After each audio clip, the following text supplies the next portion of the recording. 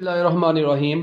हमारा chapter number 6 का आज का बच्चों जो नेक्स्ट टॉपिक है इसका नाम टर्मिनल वेलोसिटी है।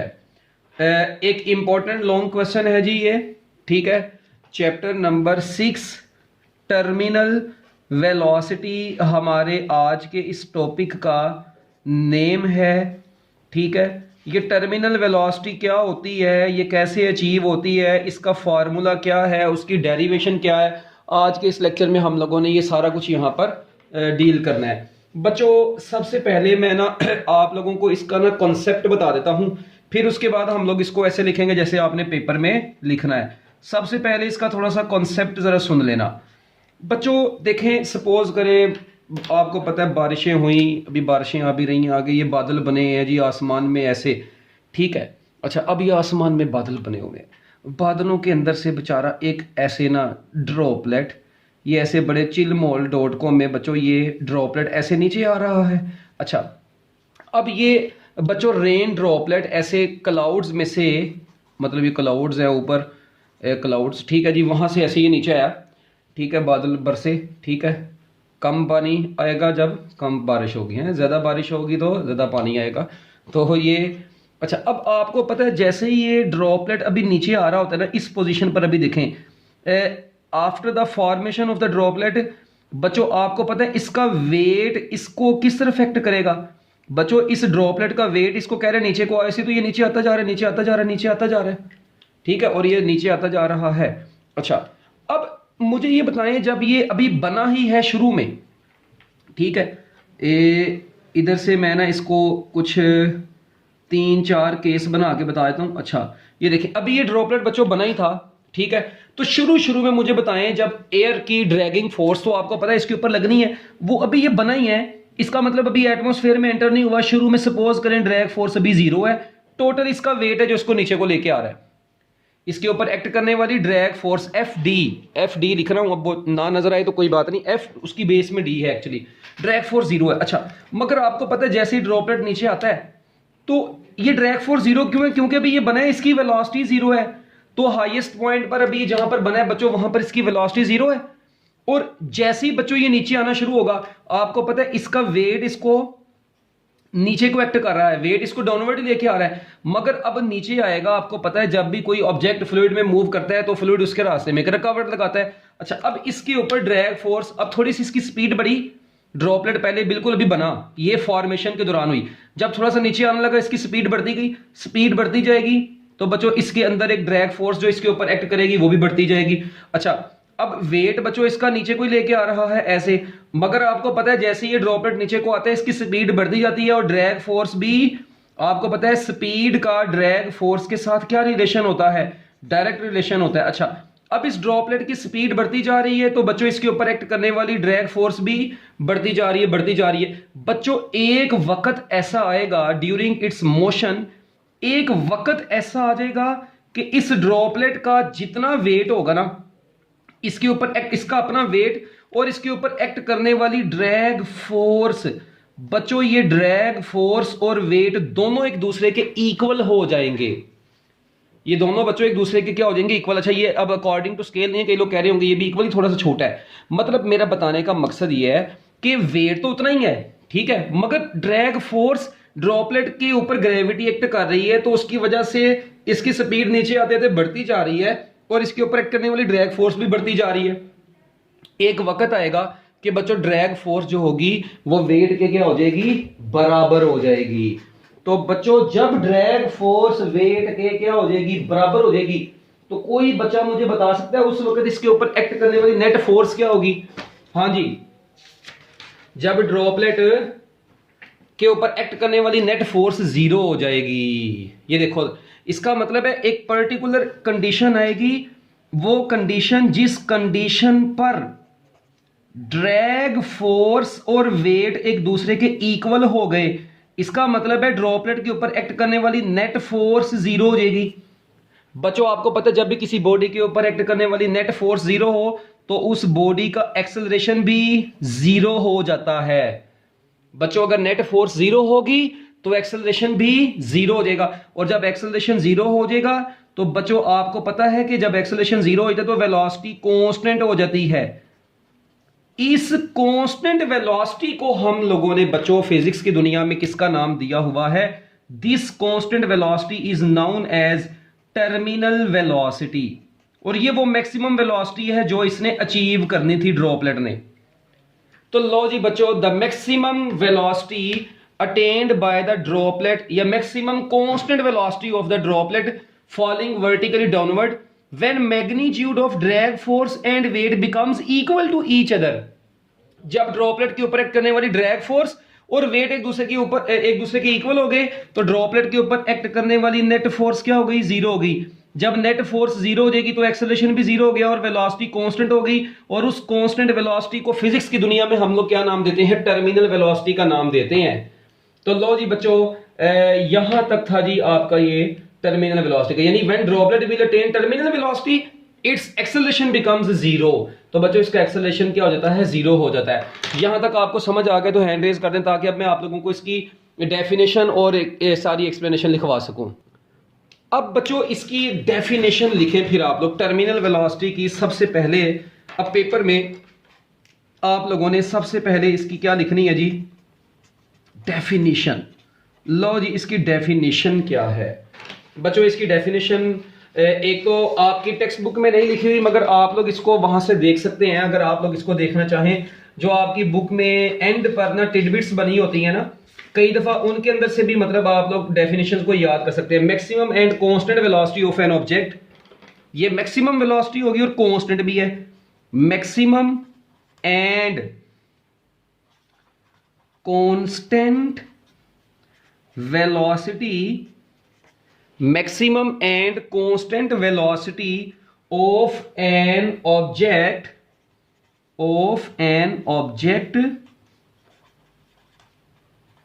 falling vertically downward,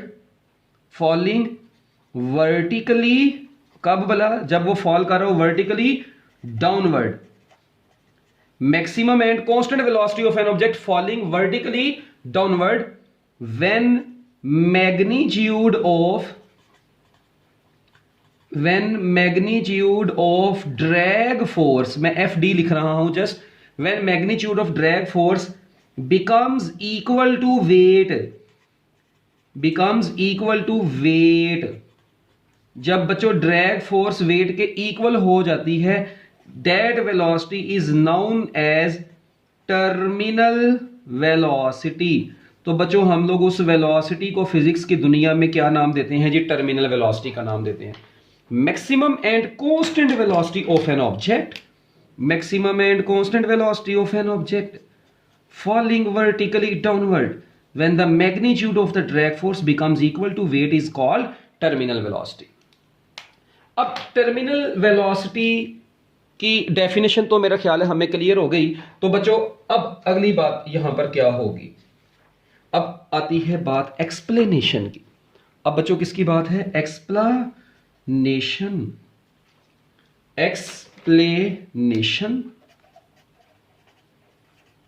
लें जी। एक्सप्लेनेशन में हम लोगों ने क्या चीज देखनी है? सबसे पहले कंसीडर अ वाटर ड्रॉपलेट, ठीक है जी, such as that of fog falling vertically, ठीक है जी। वही सारी कहानी यार अब आप लोगों ने लिखनी है। Consider a water droplet such as that of fog, ठीक है जी, such as that of fog falling vertically,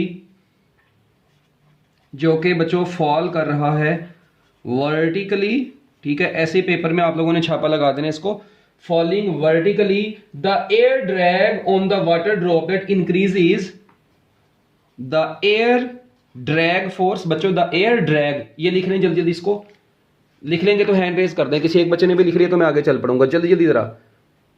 तो बच्चों अब क्या होगा मुझे बताएं, जब कोई ड्रॉपलेट ऐसे फ्री फॉल कर ऐसे मतलब नीचे को आ रहा है, फॉलिंग वर्टिकली हो रहा है, फॉग ड्रॉपलेट कोई भी, तो बच्चों एयर में से जब इसने गुजरना है the air,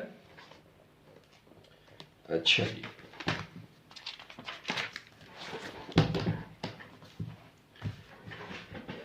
the air dragging force on the water droplet, the air dragging force,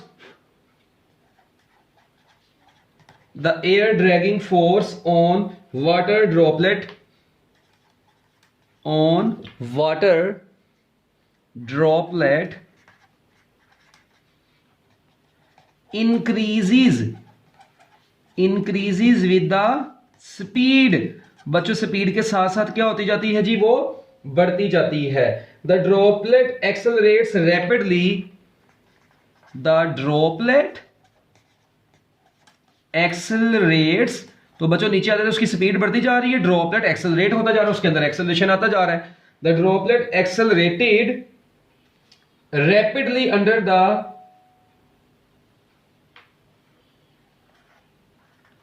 rapidly, ठीक है जी, rapidly under the action of gravity.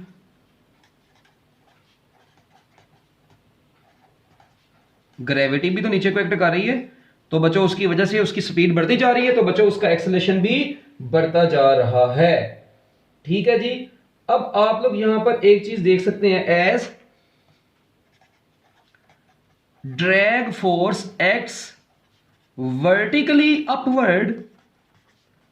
बच्चों ड्रैग फोर्स जो होती है वो वर्टिकली अपवर्ड एक्ट करती है। अभी आपने देखा as drag force acts vertically upward and weight, ठीक है जी, वेट जो कि mg है, एक्ट्स वर्टिकली डाउनवर्ड, जबकि ये वर्टिकली डाउनवर्ड एक्ट करता है। Drag force vertically upward act करती है, ठीक है जी, जबकि ये वेट वर्टिकली डाउनवर्ड एक्ट करता है। तो बच्चों क्या होता है, एक पर्टिकुलर कंडीशन आती है, ठीक है जी,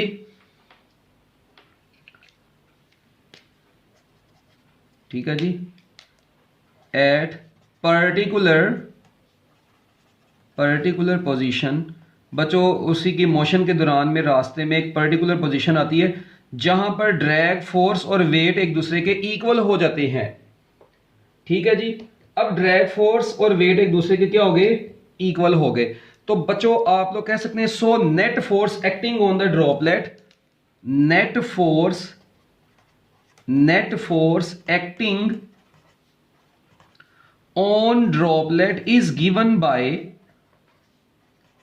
तो बच्चों जो नेट फोर्स होगी जो ड्रॉपलेट के ऊपर एक्ट करेगी, it is given by f net is equal to, body नीचे को आ रही है, वेट माइनस ड्रैग फोर्स। ठीक है, डाउनवर्ड मोशन के दौरान तो बच्चों वेट माइनस ड्रैग फोर्स हो जाएगी। अच्छा, अब आपको पता है नेट फोर्स की जगह पर मैं एम ए भी तो लिख सकता हूं, W माइनस एफ डी, ये ड्रैग फोर्स अपनी जगह पर। हाँ मुझे बताएं ये नेट फोर्स की जगह पर मैंने एम ए लिखा, मगर आपने भी पढ़ा था कि ड्रॉपलेट टर्मिनल वेलोसिटी अटेन कर लेगा, ड्यू टू टर्मिनल वेलोसिटी उसका एक्सेलरेशन क्या हो जाएगा बच्चों, जीरो हो जाएगा। ठीक है, तो जब droplet will attain terminal velocity it's acceleration will become zero. ठीक है, ये देखें ना, तो जब ये एक्सेलरेशन जीरो हो गया बच्चों, तो ये लेफ्ट साइड पूरी जीरो होगी, W माइनस ड्रैग फोर्स आ गया ना, तो ये माइनस एफ डी है, तो बच्चों ये W is equal to f d ना आ गया। इसका मतलब है जब ड्रॉपलेट का वेट और ड्रैग फोर्स इक्वल हो गए हैं, now as net force acting on the droplet is zero, as net force is zero. बच्चों नेट फोर्स तो जीरो थी, जब वेट और ड्रैग फोर्स इक्वल हो गए नेट फोर्स जीरो होगी, and droplet will attain, and droplet will attain terminal velocity and its acceleration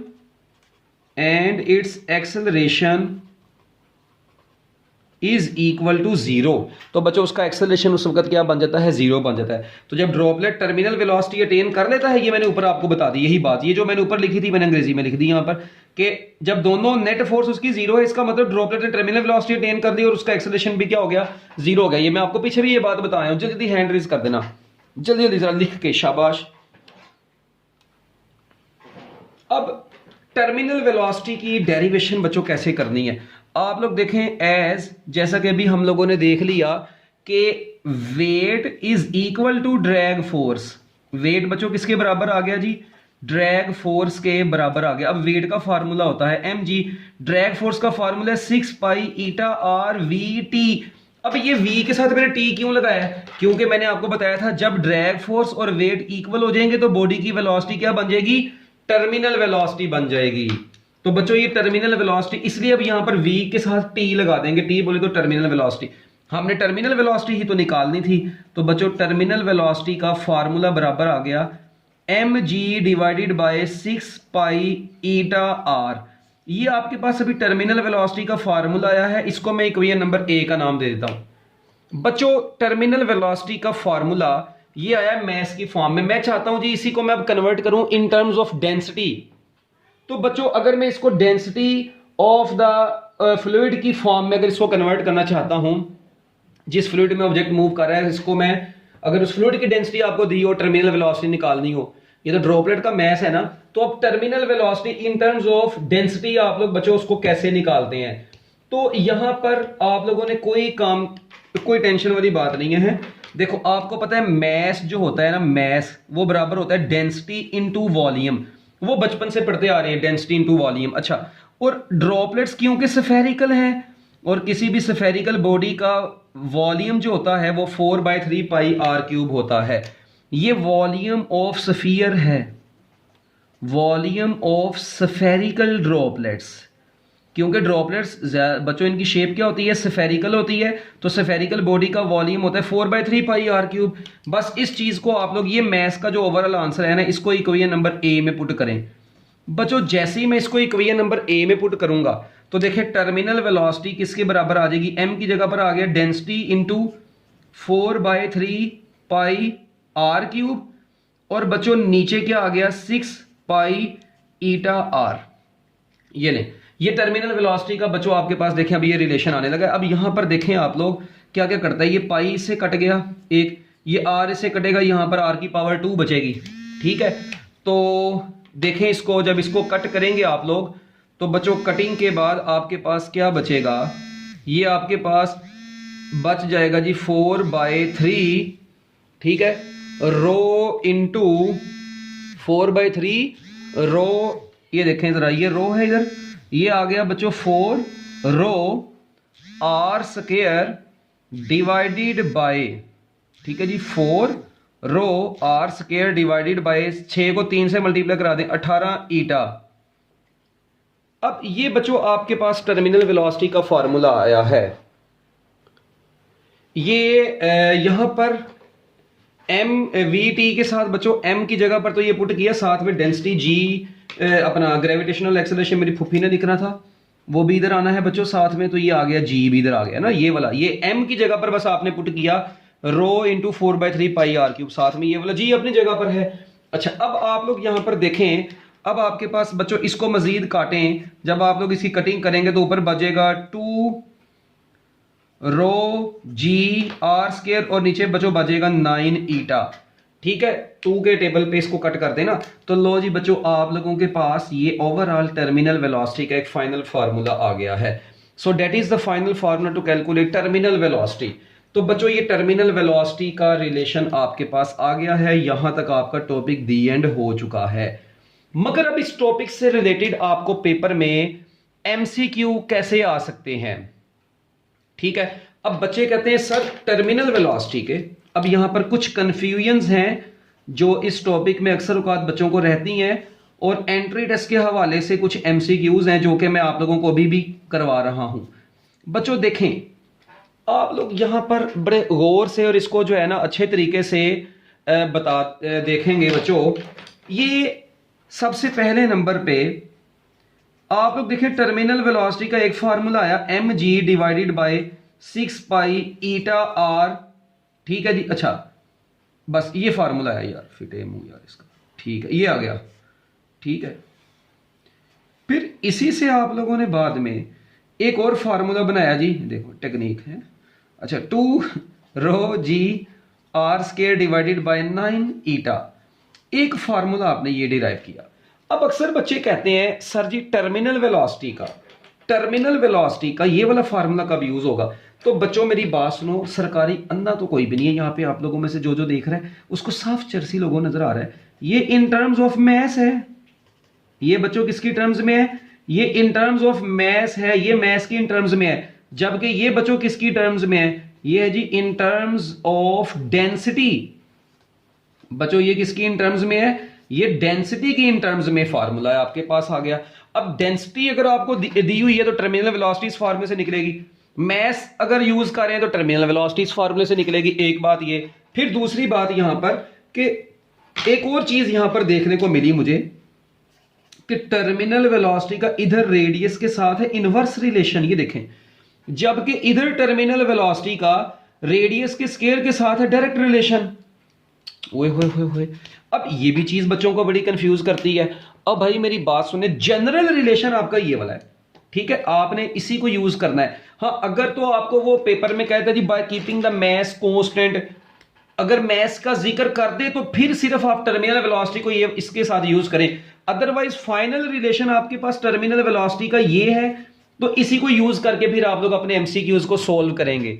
अब देखें फॉर एग्जांपल, अगर मैं आपको अकेला पेपर में एमसीक्यू देता हूं जी, if radius of the droplet is doubled, अगर रेडियस ऑफ द ड्रॉपलेट को डबल कर दें तो बच्चों देखें रेडियस का स्केयर है, यहां पे आर को डबल करेंगे तो 2 का स्केयर, 2 का स्केयर बच्चों कितना हो जाएगा, 2 का स्केयर कितना हो जाएगा 4। इसका मतलब टर्मिनल वेलोसिटी 4 गुना बढ़ जाएगी, यानी आप लोग रेडियस को डबल करेंगे तो 2 का स्केयर लेना तो वो 4 हो जाएगा, तो बच्चों टर्मिनल वेलोसिटी 4 गुना बढ़ जाएगी। तो जबकि देखें, अब मैंने जनरली बोला, बच्चे कहेंगे सर हम ये वाला यूज करें, वो भाई अगर मैंने बोला जनरली उसमें मैंने नाम ऐसा डेंसिटी की बात की तो फिर ये वाला, बस रेडियस को डबल किया टर्मिनल वेलोसिटी डबल होगी, रेडियस को हाफ करेंगे टर्मिनल वेलोसिटी, सॉरी रेडियस को डबल किया टर्मिनल वेलोसिटी 4 गुना बढ़ी, रेडियस को हाफ कर देंगे टर्मिनल वेलोसिटी 4 गुना कम हो जाएगी।